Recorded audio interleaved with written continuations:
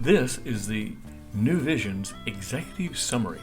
EagleNest U-Fish is a 6-acre triangle on Highway 97 State Route 10, under construction as a tourist destination, serving fish tacos and a little store selling local arts and crafts with fresh produce from a intensive garden plot. The bottom 4 acres is for camping and fishing, providing future educational opportunities for students in the areas of agricultural innovations and technologies in the new science of aquaponics. Now, the company description is Troutland began in 2000 as an owner-operated U-Fish with a straw bale concert hall originally for rodeo music and camping. Now, a tourist plaza area up top provides a large taco wagon with outdoor seating. Additionally, a 20-foot by 8-foot office trailer for selling craft items, as well as renting fishing poles and bamboo poles for kids. A ring of tables under the EagleNest iconic tourist exhibit is an area for in-town crafts and wares from even downtown stores for advertisement, and table space for farmers market type vendors who want to market out on the highway here when so many tourists are stopping at the stop sign in front of the park. The products and services. Our plan is to improve and upgrade the original rest stop and kids fishing pond by offering a well-defined fishing experience for families in Eastern Washington. And the adjacent John Wayne Trail also brings bicycle tour groups for a summer lunch stop and rest. But the end goal is to use the original straw bale facility design for building an aquaponic greenhouse with indoor raceway tanks for fish with solar heating, and then having it as a research facility and also an indoor tourist place for people to stop and fish and learn about the new science of aquaponics. So that was the history, the 14-year history of how we began with recycling styrofoam and straw bale construction, with the Troutland Fishing Camp and the events park. Now we're going to restart this with the objective of building an aquaponics center as a national tourist destination, and we're going to do that through the New Visions competition here in Ellensburg and in Yakima. We know how important a business plan is in winning competitions. This was the straw bale facility that I built. I was testing out a new technology, not new straw bale, but new as far as my machine, which is a Lamborghini stucco sprayer, large capacity. And I spent several years, you can see in the picture here, experimenting with a variety of materials that Western Materials and Rainier Plastics in Yakima gave me to experiment with to see what exactly I could do with this large machine in making a super lightweight stucco concrete. So without a business plan, I didn't win the $10 million. All I got was a, hey, what's that, from President Bush and Congressman Hastings. Nevertheless, I was persistent and set up some recycling centers here in Ellensburg where people brought styrofoam and showed them how the Troy-built machine would recycle styrofoam very easily into small workable beads through a nylon net system. And we made concrete blocks from them that you see the car sitting on. And Hogue Engineering actually helped test this material, and we finally got it proofed out to 36,000 pounds PSI core strength, extremely strong cement. So the question then was, well, what are the uses? One use was using it in Hamilton texture, so when you put up sheetrock, instead of taping and bedding and spraying on texture and paint, you would actually just spray on a paint texture styrofoam bead composition and have a Mediterranean type wall that actually had great insulation properties. But more importantly is if you have a thin layer of styrofoam on the inside of your walls, it does much more to insulate and requires much less heating than just simply having insulation on the outside of the house. So that was one application. Of course, there are many applications for a fireproof thermal spray-on stucco made with recycled styrofoam bits. I talked with Habitat International, Habitat for Humanity, on building projects that they have. Instead of building with the traditional T111 wood, in Tijuana, for instance, you can do the traditional Mediterranean stucco home with recycled styrofoam into a permanent structure.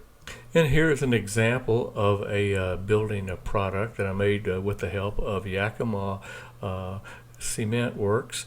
This is what they make these. They have these made with styrofoam, and they fill with concrete. But I thought, well, why not just build it with styrofoam concrete? And so you have actually a double strength stucco surface, and you fill with the inside with the regular concrete and the rebar. But here you'd have a exterior siding. You wouldn't have to put siding over siding. It would already be done.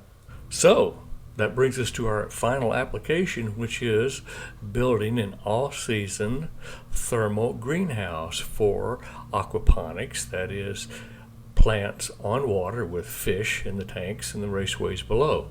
Now, everyone's been to Pike Place Market. They've seen the fish sellers tossing the giant salmon from end to end. Don't laugh, but someday people may want to be able to catch their own fish or harvest their own fish from an aquaponics center. Everyone wants to grow local so we don't have such transportation issues on our highways, hauling food from 1,000 miles or shipping 1,002 miles from here and there.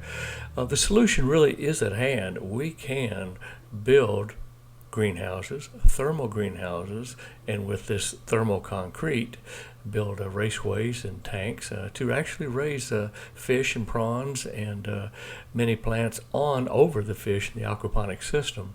So this is where my business plan begins with New Visions.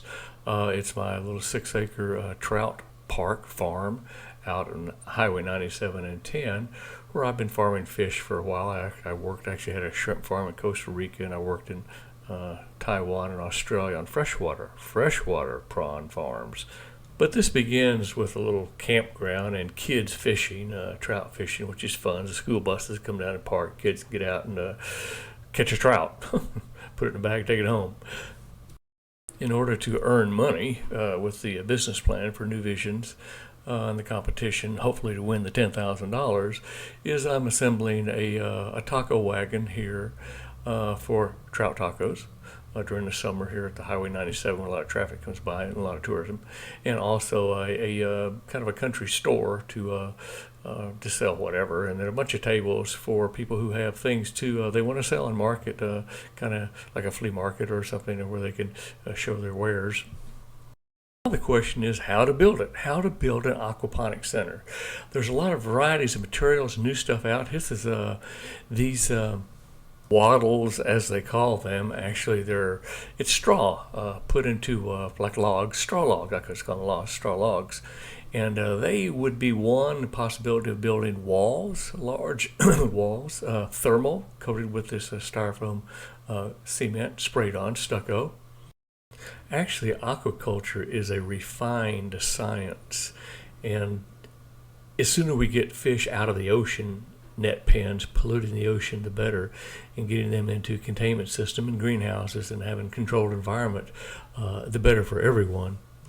These straw wattle logs are relatively simple to make, and actually they have now machines that go out in the fields and pick up after the farmers harvest, or timothy and stuff and hay, and it's ostensibly, a person could manufacture a lot of straw logs for all kinds of construction, not just the aquaculture and the greenhouses, but waterproof walls around their homes up where the fires are, and now as global warming increases, true.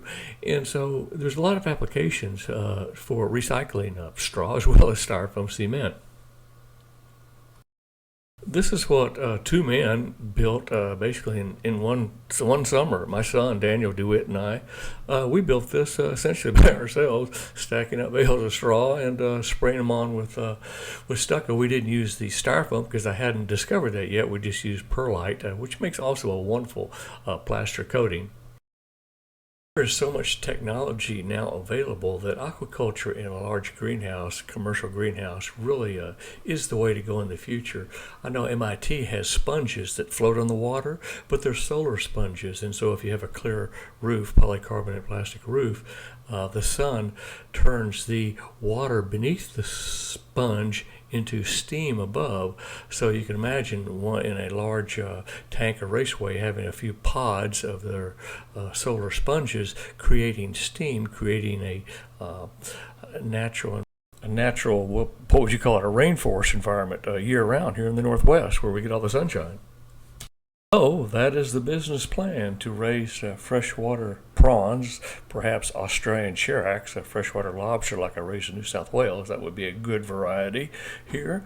So we raise these prawns in these large raceways and tanks in these greenhouses with floating gardens on top, and also column gardens, topsy-turvy, and everything else that fills the greenhouse three-dimensionally with everything that of high value. To start, well, one good place would be out at the trout farm on the 6 acres there. It's 2 highway intersections for a lot of tourism. So the whole idea here is to develop the technology where we here in the Northwest could be independent of a foreign necessity of imports, where we could actually produce most of the things that we need year-round, including lots of varieties of good fish and prawns. So a all-season greenhouse using the thermal concrete might be a good demonstration project for our county.